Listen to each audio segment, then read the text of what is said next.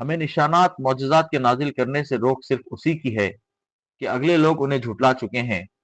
ہم نے سمودیوں کو واضح نشانی کے طور پر اونٹنی دی، لیکن انہوں نے اس پر ظلم کیا۔ ہم تو لوگوں کو دھمکانے کے لیے ہی نشانات بھیجتے ہیں۔ اور یاد کرو جب کہ ہم نے آپ سے فرما دیا کہ آپ کے رب نے لوگوں کو گھیر لیا ہے، جو رویا عینی رویت ہم نے آپ کو دکھائی تھی وہ لوگوں کے لیے صاف آزمائش ہی تھی، اور اسی طرح وہ درخت بھی جس پر قرآن میں لعنت کی گئی ہے۔ ہم انہیں ڈرا رہے ہیں، لیکن یہ ڈرانا انہیں اور بڑی سرکشی میں بڑھا رہا ہے۔ اور جب ہم نے فرشتوں کو حکم دیا کہ آدم کو سجدہ کرو، ابلیس کے سوا سب نے سجدہ کیا۔ اس نے کہا کہ کیا میں اسے سجدہ کروں جسے تو نے مٹی سے پیدا کیا؟ اچھا دیکھ لے، اسے تو نے مجھ پر بزرگی تو دی ہے، لیکن اگر مجھے بھی قیامت تک تو نے ڈھیل دی تو میں اس کی اولاد کے سوائے بہت تھوڑے لوگوں کے جڑ کاٹ ڈالوں گا۔ ارشاد ہوا کہ جا، ان میں سے جو بھی تیرا تابعدار ہو جائے گا تو تم سب کی سزا جہنم ہے، جو پورا پورا بدلہ ہے۔ ان میں سے تو جسے بھی اپنی آواز سے بہکا سکے بہکا لے، اور ان پر اپنے سوار اور پیادے چڑھا لائے، اور ان کے مال اور اولاد میں ان کا شریک بن جا، اور انہیں جھوٹے وعدے دے لے۔ ان سے جتنے بھی وعدے شیطان کے ہوتے ہیں سب کے سب سراسر فریب ہے۔ بلا شبہ میرے سچے بندوں پر تیرا کوئی غلبہ نہیں، اور تیرا رب کارسازی کرنے والا کافی ہے۔ تمہارا پروردگار وہ ہے جو تمہارے لیے دریا میں کشتیاں چلاتا ہے تاکہ تم اس کا فضل تلاش کرو، وہ تم پر بہت ہی مہربان ہے۔ اور سمندروں میں مصیبت پہنچتے ہی جنہیں تم پکارتے تھے سب گم ہو جاتے ہیں، صرف اللہ باقی رہ جاتا ہے۔ پھر جب وہ تمہیں خشکی کی طرف بچا لاتا ہے تو تم منہ پھیر لیتے ہو، اور انسان بڑا ہی ناشکرا ہے۔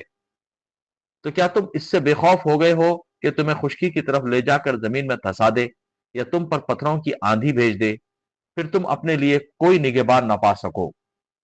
کیا تم اس بات سے بے خوف ہو گئے ہو کہ اللہ پھر تمہیں دوبارہ دریا کے سفر میں لے آئے، اور تم پر تیز تند یعنی طوفانی ہواؤں کے جھونکے بھیج دے، اور تمہارے کفر کی وجہ سے تمہیں غرق کر دے؟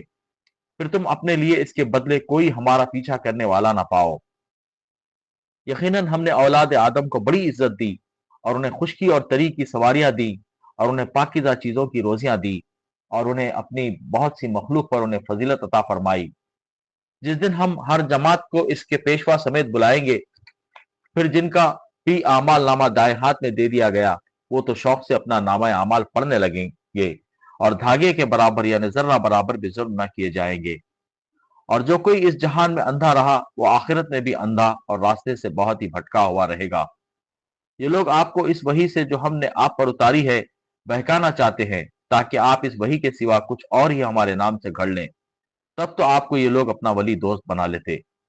اگر ہم آپ کو ثابت قدم نہ رکھتے تو بہت ممکن تھا کہ ان کی طرف قدر خلیل مائل ہی ہو جاتے۔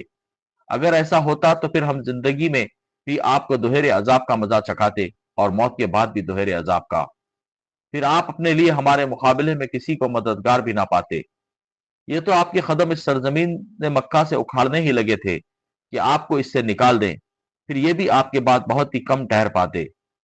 ایسا ہی دستور ان کا تھا جو آپ سے پہلے رسول ہم نے بھیجے، اور آپ ہمارے دستور میں کبھی رد و بدل نہ پائیں گے۔